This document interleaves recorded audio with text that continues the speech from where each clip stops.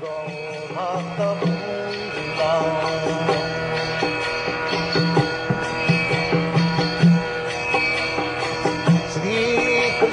Chaitanya Prabhu Nityananda Shri Advaita Gadadhar Srivasadi Gaur Bhakta-vrinda.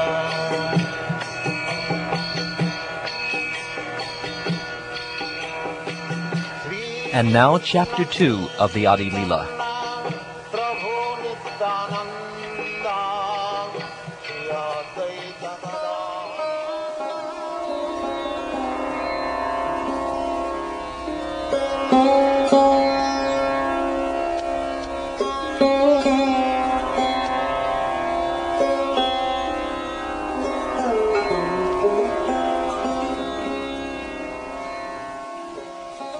I offer my obeisances to Sri Chaitanya Mahaprabhu, by whose mercy even an ignorant child can swim across the ocean of conclusive truth, which is full of the crocodiles of various theories. O my merciful Lord Chaitanya, may the nectarine Ganges water of your transcendental activities flow on the surface of my desert-like tongue. Beautifying these waters are the lotus flowers of singing, dancing, and loud chanting of Krishna's holy name, which are pleasure abodes of unalloyed devotees. These devotees are compared to swans, ducks, and bees. The river's flowing produces a melodious sound that gladdens their ears. All glories to Sri Chaitanya Mahaprabhu and Lord Nityananda.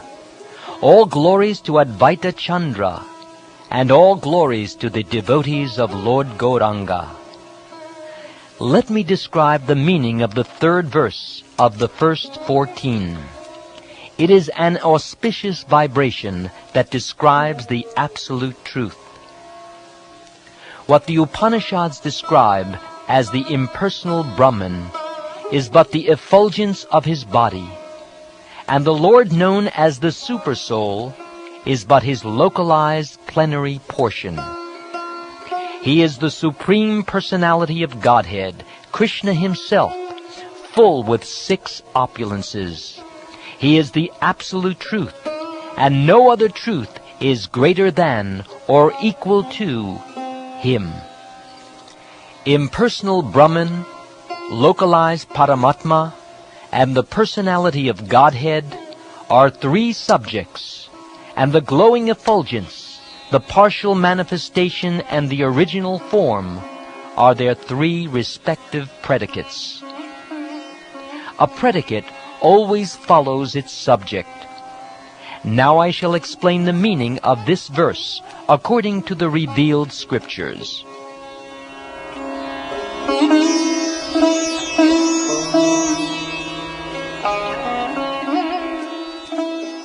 Krishna, the original form of the personality of Godhead, is the summum bonum of the all-pervading Vishnu.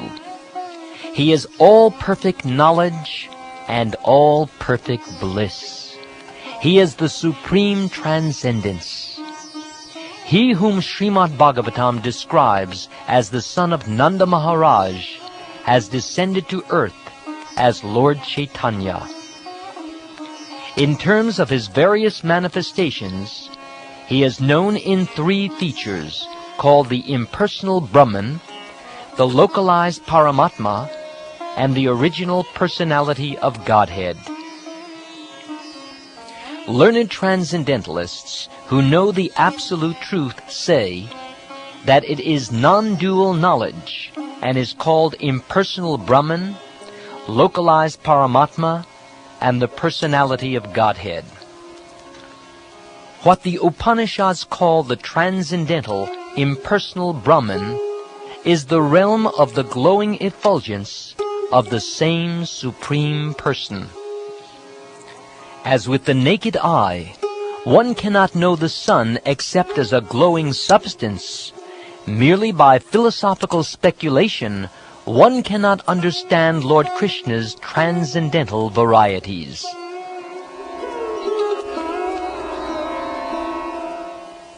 I worship Govinda, the primeval Lord, who is endowed with great power. The glowing effulgence of his transcendental form is the impersonal Brahman, which is absolute, complete, and unlimited, and which displays the varieties of countless planets with their different opulences in millions and millions of universes. The opulences of the impersonal Brahman spread throughout the millions and millions of universes. That Brahman is but the bodily effulgence of Govinda.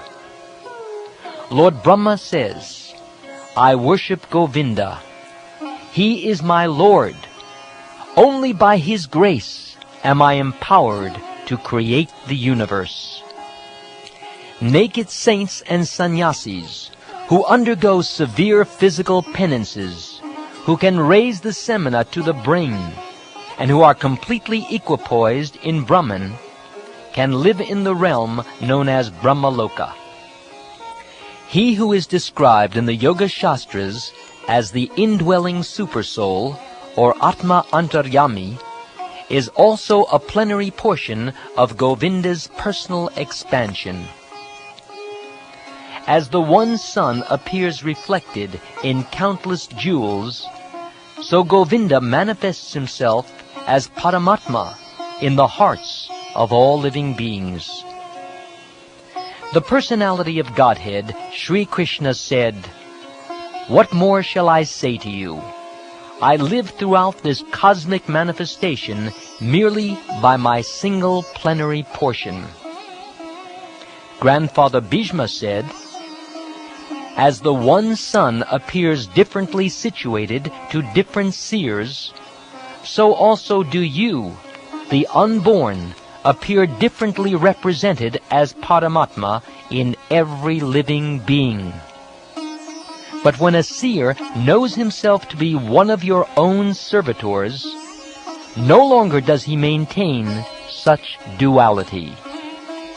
Thus I am now able to comprehend your eternal forms, knowing well the Paramatma to be only your plenary portion. That Govinda personally appears as Chaitanya Goswami.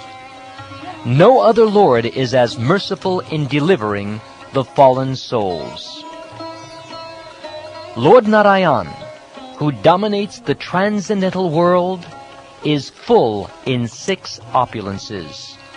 He is the personality of Godhead, the Lord of the goddess of fortune. The personality of Godhead is he who is described as the absolute whole in the Vedas, Bhagavatam, Upanishads, and other transcendental literatures. No one is equal to him. Through their service, devotees see that personality of Godhead, just as the denizens of heaven see the personality of the sun.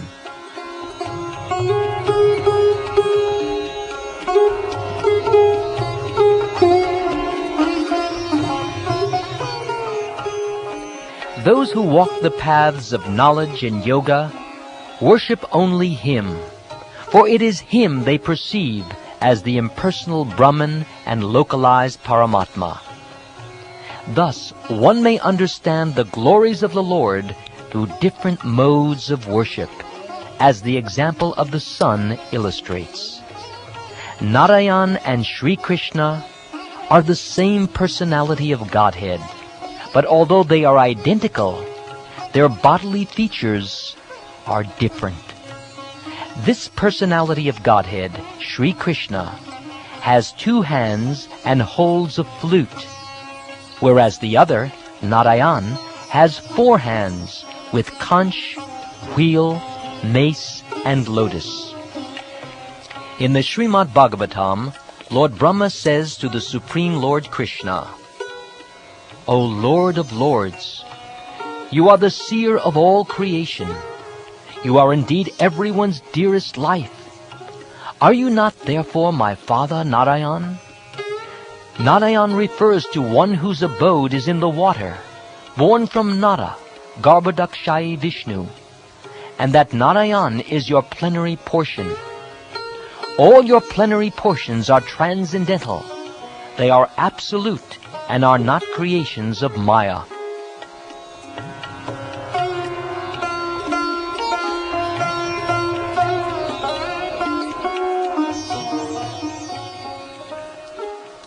After Brahma had offended Krishna by stealing his playmates and cows, he begged the Lord's pardon for his offensive act and prayed for the Lord's mercy.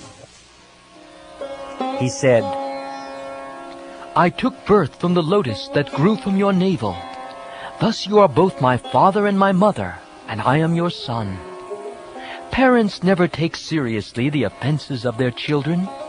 I therefore beg your pardon and ask for your benediction. The boy Sri Krishna said, O Brahma, your father is Narayan. I am but a cowherd boy. How can you be my son? Brahma replied, Are you not Narayan? You are certainly Narayan. Please listen as I state the proofs. All the living beings within the material and spiritual worlds are ultimately born of you, for you are the supersoul of them all.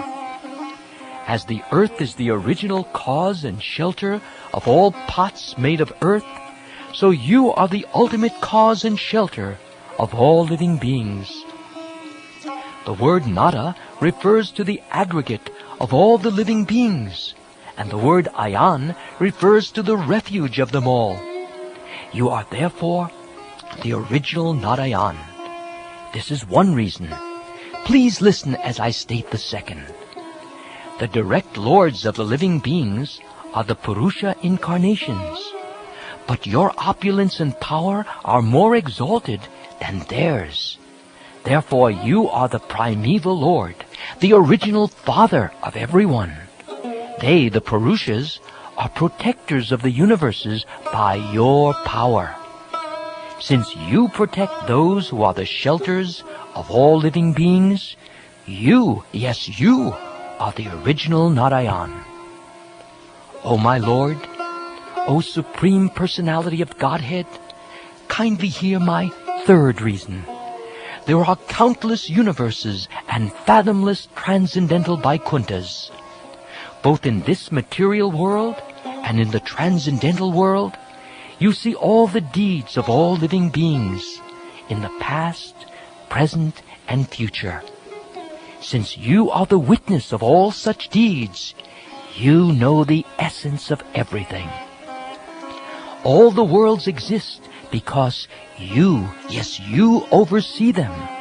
None can live, move, or have their being without your supervision. You oversee the wanderings of all living beings. For this reason also, you are the primeval Lord Narayan. But Krishna said, Brahma, I cannot understand what you are saying. Lord Narayan is he who sits in the hearts of all living beings and lies down in the waters of the Karana ocean. Brahma replied, What I have said is true. The same Lord Narayan who lives on the waters and in the hearts of all living beings is but a plenary portion of you. The Karanodakshayi, Garbhodakshayi, and Kshirodakshayi forms of Narayan all create in cooperation with the material energy. In this way, they are attached to Maya. These three Vishnus lying in the water are the supersoul of everything. The supersoul of all the universes is known as the first Purusha. Garbhodakshayi Vishnu is the supersoul of the aggregate of living entities, and Kshirodakshayi Vishnu is the supersoul of each individual living being.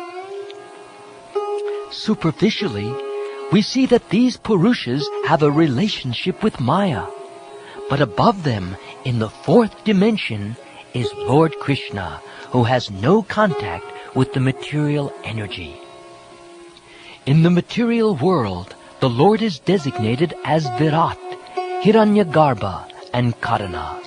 But beyond these three designations, the Lord is ultimately in the fourth dimension. Although these three features of the Lord deal directly with the material energy, none of them are touched by it. They are all beyond illusion. This is the opulence of the Lord. Although situated in the material nature, He is never affected by the modes of nature. Similarly, those who have surrendered to Him and fixed their intelligence upon Him are not influenced by the modes of nature. You, yes, you are the ultimate shelter of these three plenary portions. Thus there is not the slightest doubt that you are the primeval Narayan. The source of these three features is the Narayan in the spiritual sky. He is your Vilas expansion. Therefore, you are the ultimate Narayan.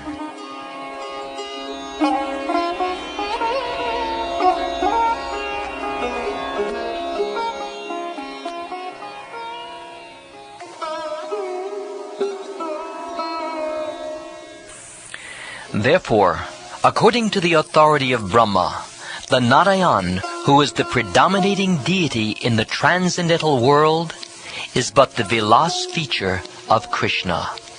This has now been conclusively proved. The truth indicated in this verse is the essence of Srimad Bhagavatam. This conclusion, though synonymous, applies everywhere. Not knowing that Brahman, Paramatma, and Bhagavan are all features of Krishna, foolish scholars speculate in various ways. Because Narayan has 4 hands, whereas Krishna looks just like a man, they say that Narayan is the original God, whereas Krishna is but an incarnation.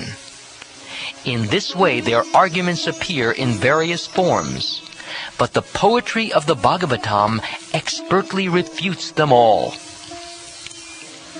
In Srimad Bhagavatam it is said, learned transcendentalists who know the absolute truth say that it is non-dual knowledge and is called impersonal Brahman, localized Paramatma, and the personality of Godhead. My dear brothers, kindly listen to the explanation of this verse and consider its meaning.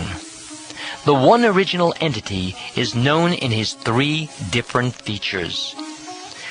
Lord Krishna Himself is the one undivided absolute truth, the ultimate reality. He manifests Himself in 3 features, as Brahman, Paramatma, and Bhagavan. The import of this verse has stopped you from arguing. Now listen to another verse of Srimad Bhagavatam. All these incarnations of Godhead are either plenary portions or parts of the plenary portions of the Purusha avatars.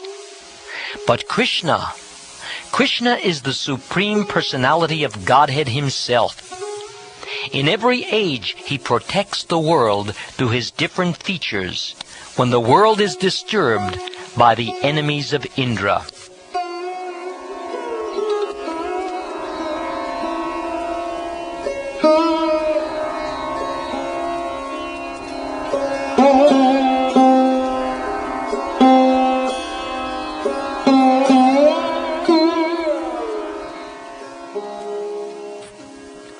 The Bhagavatam describes the symptoms and deeds of the incarnations in general, and counts Sri Krishna among them.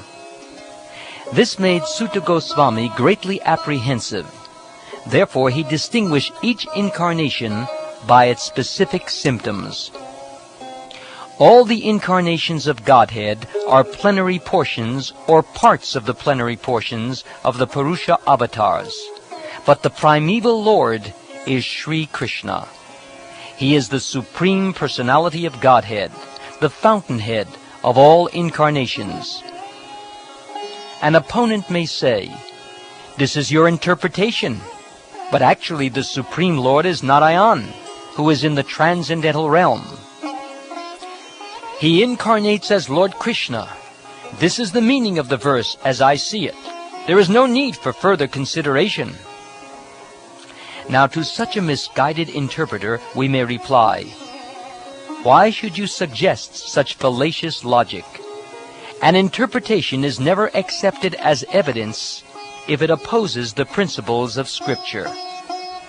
One should not state a predicate before its subject, for it cannot thus stand without proper support. If I do not state a subject, I do not state a predicate. First I speak the former, and then I speak the latter. The predicate of a sentence is what is unknown to the reader, whereas the subject is what is known to him. For example, we may say, this Vipra or Brahman is a greatly learned man. In this sentence, the Vipra is the subject, and the predicate is his erudition. The man's being a Vipra is known, but his erudition is unknown. Therefore, the person is identified first, and his erudition later. In the same way, all these incarnations were known, but whose incarnations they are was unknown. First, the word ete, meaning these, establishes the subject, or incarnations. Then, plenary portions of the Purusha avatars follows as the predicate. In the same way, when Krishna was first counted among the incarnations, specific knowledge about him was still unknown. Therefore, first the word Krishna appears as the subject, followed by the predicate, describing him as the original personality of Godhead. This establishes that Sri Krishna is the original personality of Godhead. The original personality of Godhead is therefore necessarily Krishna. Had Krishna been the plenary portion and Narayan the primeval Lord, the statement of Sutta Goswami would have been reversed. Thus he would have said, Narayan, the source of all incarnations, is the original personality of Godhead. He has appeared as Sri Krishna. Mistakes, illusions, cheating, and defective perception do not occur in the sayings of the authoritative sages. You say something contradictory and become angry when this is pointed out. Your explanation has the defect of a misplaced object. This is an unconsidered adjustment. Only the personality of Godhead, the source of all other divinities, is eligible to be designated Svayam Bhagavan, or the primeval Lord. When from one candle many others are lit, I consider that one the original. Krishna, in the same way, is the cause of all causes and all incarnations. Please hear another verse to defeat all misinterpretations.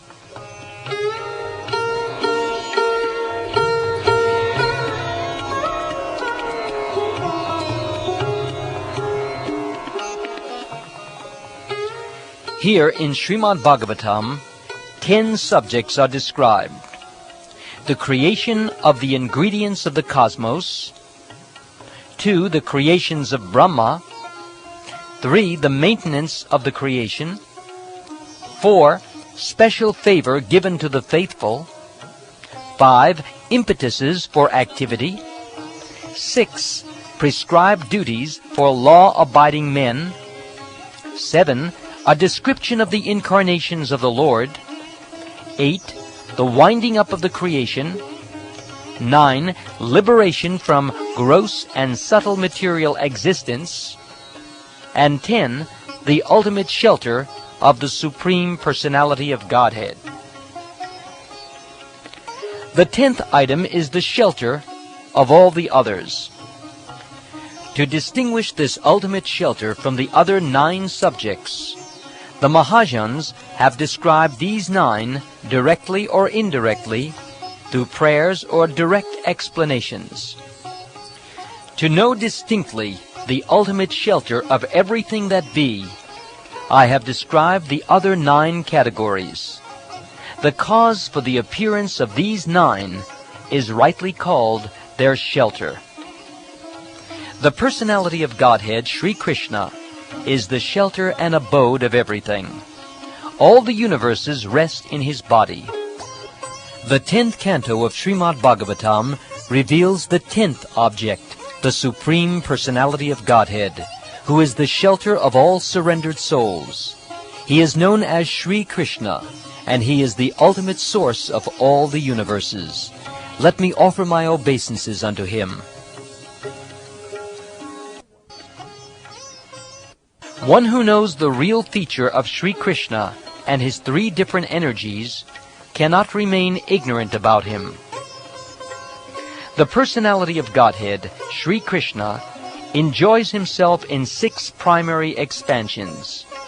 His 2 manifestations are Prabhav and Vaibhav. His incarnations are of 2 kinds, namely partial and empowered. He appears in 2 ages, childhood and boyhood. The personality of Godhead, Sri Krishna, who is eternally an adolescent, is the primeval Lord, the source of all incarnations. He expands himself in these 6 categories of forms to establish his supremacy throughout the universe. In these 6 kinds of forms, there are innumerable varieties. Although they are many, they are all one. There is no difference between them. The Chit Shakti, which is also called Svarup Shakti or Antaranga Shakti, displays many varied manifestations. It sustains the kingdom of God and its paraphernalia. The external energy, called Maya Shakti, is the cause of innumerable universes with varied material potencies. The marginal potency, which is between these 2, consists of the numberless living beings. These are the 3 principal energies which have unlimited categories and subdivisions. These are the principal manifestations and expansions of the personality of Godhead and his 3 energies. They are all emanations from Sri Krishna, the Transcendence. They have their existence in him. Although the 3 Purushas are the shelter of all the universes, Lord Krishna is the original source of the Purushas. Thus, the personality of Godhead, Sri Krishna, is the original primeval Lord, the source of all other expansions. All the revealed scriptures accept Sri Krishna as the Supreme Lord.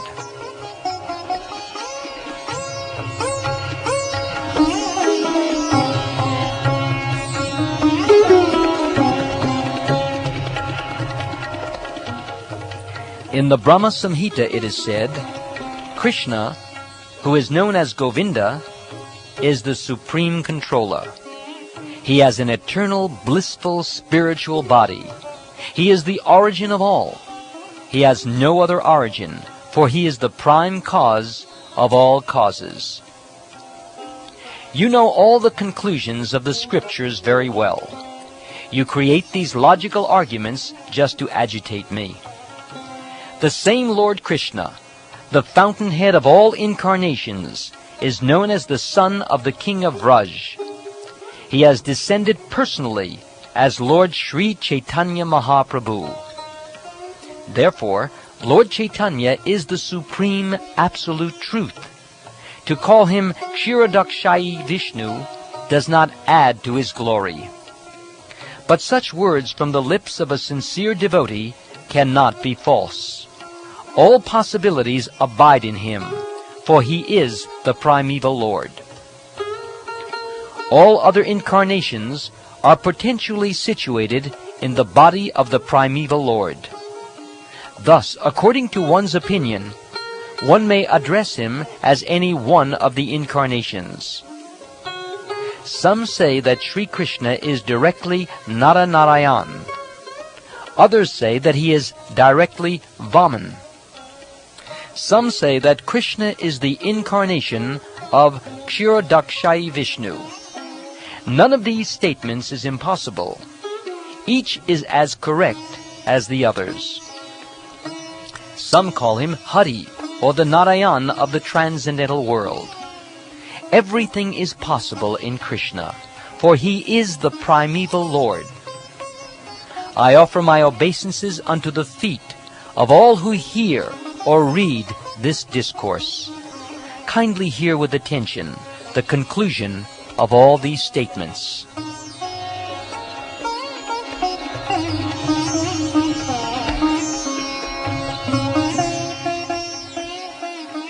A sincere student should not neglect the discussion of such conclusions, considering them controversial, for such discussions strengthen the mind. Thus one's mind becomes attached to Sri Krishna. By such conclusive studies, I know the glories of Lord Chaitanya. Only by knowing these glories can one become strong and fixed in attachment to him. Just to enunciate the glories of Sri Chaitanya Mahaprabhu, I have tried to describe the glories of Sri Krishna in detail. The conclusion is that Lord Chaitanya is the Supreme Personality of Godhead, Krishna, the son of the King of Vraj. Praying at the lotus feet of Sri Rupa and Sri Raghunath, always desiring their mercy, I, Krishnadas, narrate Sri Chaitanya Charitamrita, following in their footsteps. This ends chapter 2 of the Adi Leela.